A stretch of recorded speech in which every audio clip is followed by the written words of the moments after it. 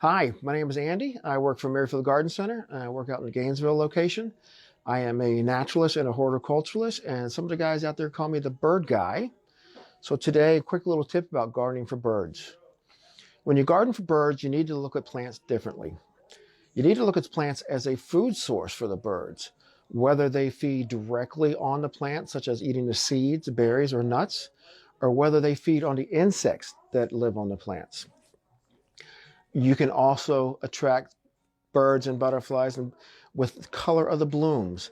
Not just hummingbirds, but a lot of birds are attracted to reds, orange, and whites and crimson colors, and plant and swaths of colors.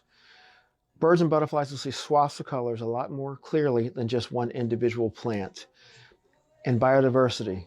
Get as many different species of plants as you can in there as well. So plant in swaths of colors, add biodiversity, and you'll have a happier, healthier garden and attract more birds.